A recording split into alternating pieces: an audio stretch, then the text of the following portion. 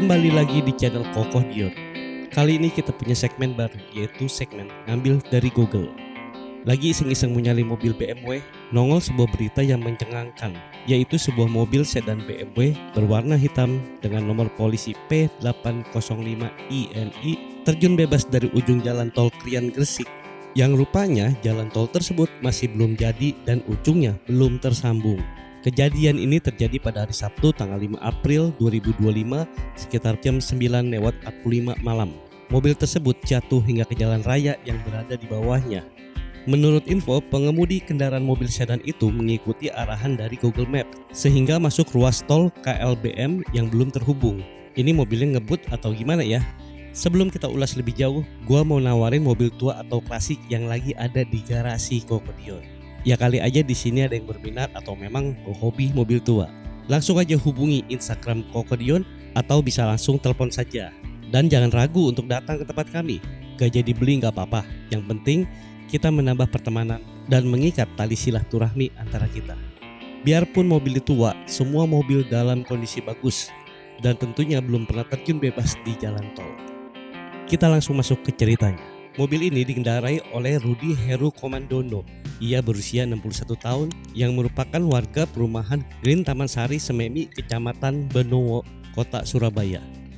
Dan satu penumpang lainnya bernama Endang Sri Wahyuni, berusia 47 tahun, warga Babatan, Kecamatan Wiyung, Kota Surabaya. Beruntung kedua penumpang tersebut selamat, namun mobilnya mengalami kerusakan. Keduanya mengalami luka dan langsung dibawa ke RSUD Ibnu Sina Gresik. Fenomena mobil melompat layaknya film aksi Hollywood di proyek jembatan tol di kilometer 28+950 ruas tol Krian Legundi Bunder atau KLBM mulai terkuak. Pihak pengelola menyebut bahwa mobil sempat berhenti untuk masuk ke celah sempit sebelum akhirnya terjatuh dari ketinggian sekitar 6 meter.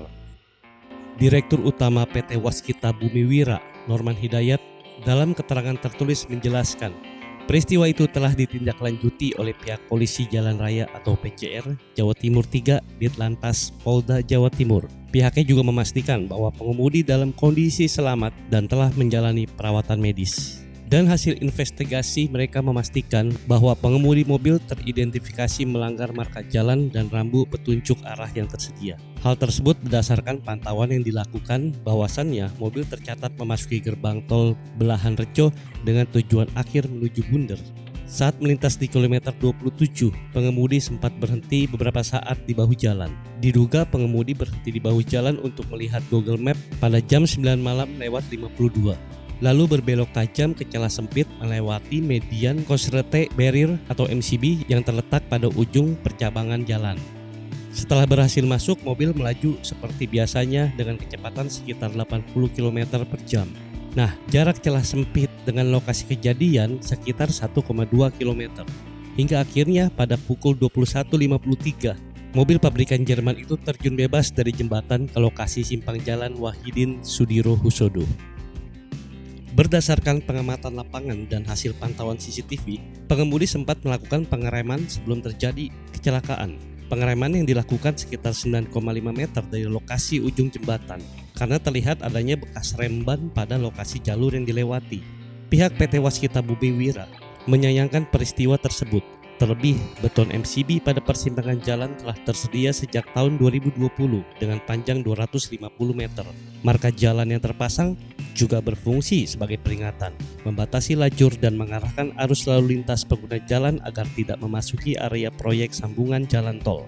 Hal ini dilakukan sebagai langkah antisipasi yang menandakan bahwa lokasi tersebut tidak dapat dilewati dan bukan merupakan bagian dari jalan tol aktif yang dapat digunakan oleh masyarakat umum.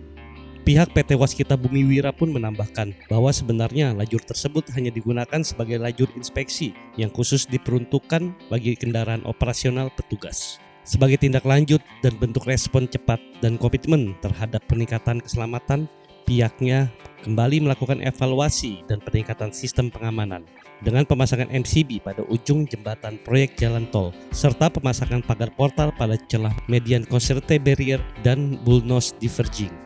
Sementara itu, di Lantas Polda Jatim Kombes Pol Komarudin juga telah memastikan penutupan total terhadap sisi lajur tol yang belum rampung itu. Proses penyelidikan pun masih menunggu pengemudi pulih dari cedera punggung.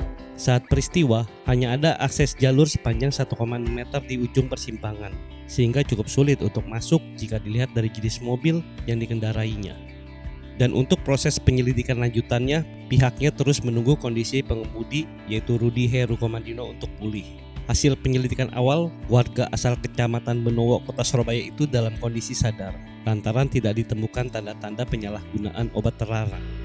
Pengemudi sedan mewah itu, Rudi Heru Komandono, mengaku terlalu fokus dan hanya mengandalkan aplikasi penunjuk arah Google Maps, sehingga tidak menyadari bahwa jalan tol layang di hadapannya itu belum tersambung. Akibatnya, mobil BMW terjun dari tol dengan ketinggian sekitar 5 meter. Artinya, dia hanya mengikuti arahan dari Google Maps, dan Google mengarahkannya ke jalan tol yang belum tersambung itu. Menurut informasi dari pihak BMW, mobil yang terjun dari ujung tol itu bertipe BMW 740 Li G12 yang merupakan salah satu model sedan mewah yang menawarkan kombinasi performa tinggi dan kenyamanan luar biasa. Tipe mesin yang digunakan adalah mesin twin power turbo 6 silinder dengan kapasitas 2998 cc. Berdasarkan informasi yang tersedia, tenaga yang dihasilkan berkisar antara 326 HP hingga 340 HP, tergantung pada tahun model dan varian. Torsi maksimum mencapai 450 Nm, yang memberikan akselerasi yang responsif dan pengalaman berkendara yang menyenangkan. Transmisi yang digunakan adalah transmisi otomatis 8 percepatan yang memungkinkan perpindahan gigi yang halus dan efisien. Kombinasi mesin yang bertenaga dan transmisi canggih ini menjadikan BMW 740 Li G12 sebagai salah satu pilihan utama bagi pecinta mobil mewah. BMW tipe ini juga hadir dalam beberapa varian, termasuk Pure Excellence dan Opulence. Meskipun perbedaan spesifik antara kedua varian ini tidak dijelaskan secara detail, kemungkinan besar perbedaan terletak pada fitur tambahan seperti level trim interior dan beberapa detail eksterior. Pada tahun 2019, BMW 740 Li G12 ini mengalami facelift atau Life Cycle Impulse yang biasa disebut LCI, yang menghasilkan perubahan signifikan pada eksterior mobil. Pembaruan ini tidak hanya memberikan tampilan yang lebih segar, tetapi juga meningkatkan beberapa fitur teknis dan estetika yang ada. BMW tipe ini telah dirakit secara lokal di Indonesia sejak tahun 2016. Harga untuk model ini bervariasi, tergantung pada tahun model, kondisi, dan fitur tambahannya. Untuk model terbaru, misalnya tahun 2019, harga dimulai dari sekitar 1,8 miliar. Sementara harga untuk mobil bekas bahkan bisa jauh lebih tinggi, tergantung pada kondisi dan kelengkapan fitur. Layaknya adegan aksi di film Fast and Furious, meskipun sampai terbang, tapi terlihat kalau ruang kabin dan rangka keseluruhan mobil tersebut tidak rusak, apalagi patah. Sedan BMW 740 Li berplat P805INI tersebut mengangkut satu pengemudi dan satu penumpang saat terbang dari jembatan tol. Mobil lalu mendarat keras dari ketinggian lebih dari 5 meter di dekat taman exit tol Bunder sebelum menabrak trotoar dan pohon.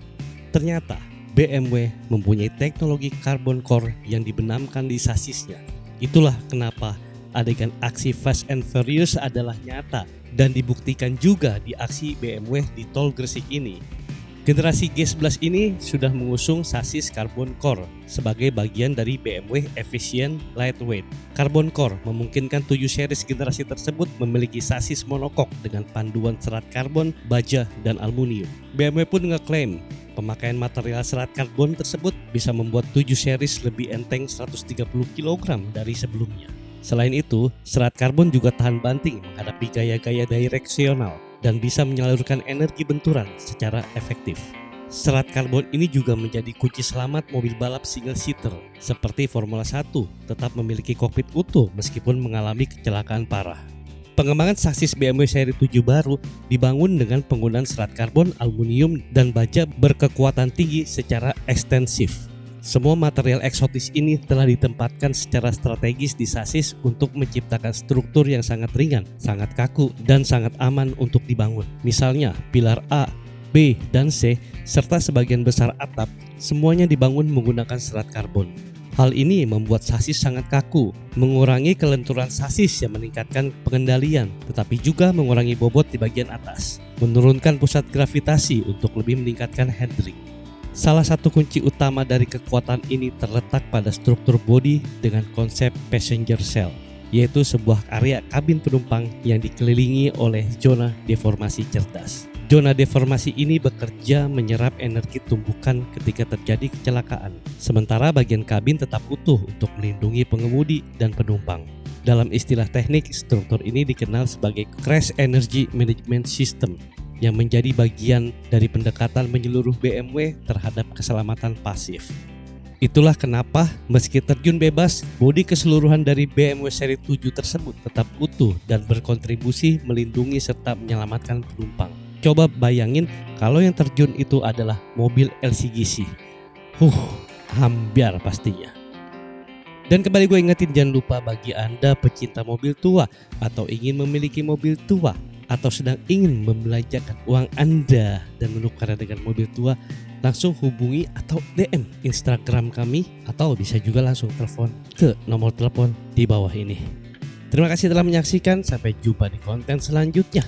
Semoga semua pada sehat dan juga bahagia.